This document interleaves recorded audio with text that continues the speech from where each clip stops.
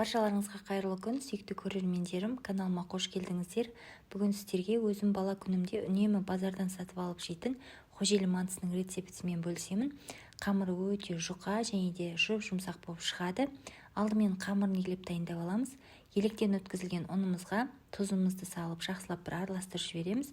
Содан соң 2 жұмыртқамызды саламыз және де жылы суымызды аз-аздан құя отыра орташа тығыздықтағы қамырды елейміз. Біздің қамырымыз өте қатты болып қалмау қажет.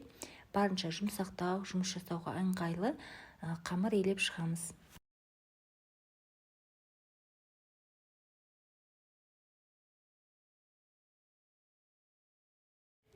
Дайын болған қамырымызды бірден теңдей 4 бөлікке бөліп, бөлме температурасында 20 минутқа тындырып қойдым.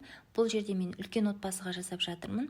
Егер сіздер шағындау 2-3 адамға жасайтын болсаңыздар, құрамын азайтып жасасаңыздар болады. Дайын болған қамырымыздың бетін жауып 20 минутқа тындырып қоямыз. Тынған қамырымызды барынша жұқалап жайыңыздар. Және де осы видеода көрсетілгендей ұзын етіп, үлкендеу етіп кесіп аламыз.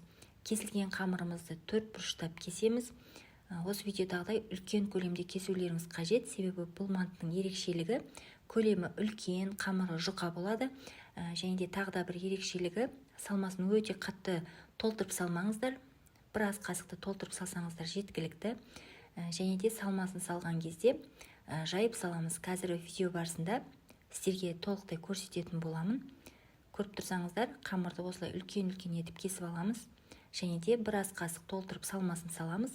Салмасында тартылған ет, пияз және де тұз, қара бұрыш салып жақсылап араластырамыз. Және де осылай видеодағыдай салмамызды қамырдың ортасына жайып саламыз. Манты түйген секілді барлық қамырымызды түйіп шығамыз. Манты қазанның листін міндетті түрде астын майлап дайындап қойыңыздар. Және де қайнап тұрған суда шамамен 40 минут аралығында пісіреміз.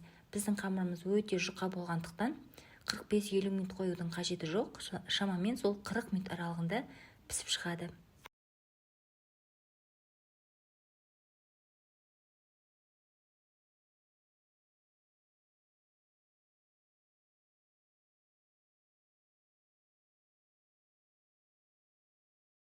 Құрметті көрермендер, мантыларымыздың барлығын түйіп болғаннан соң листіне салар кезде міндетті түрде мантының үстін осылай майлап салыңыздар, себебі пісу барысында бір-біріне жабысып қалуы мүмкін. Сол себепті жақсылап бетін майлауды ұмытпаңыздар.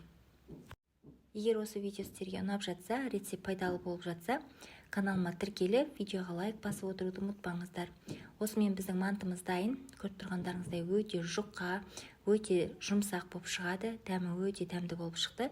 Және де тойымды тағамдардың бірі. Егер рецепт ұнаған болса, лайк басып, рецепті сақтап алыңыздар.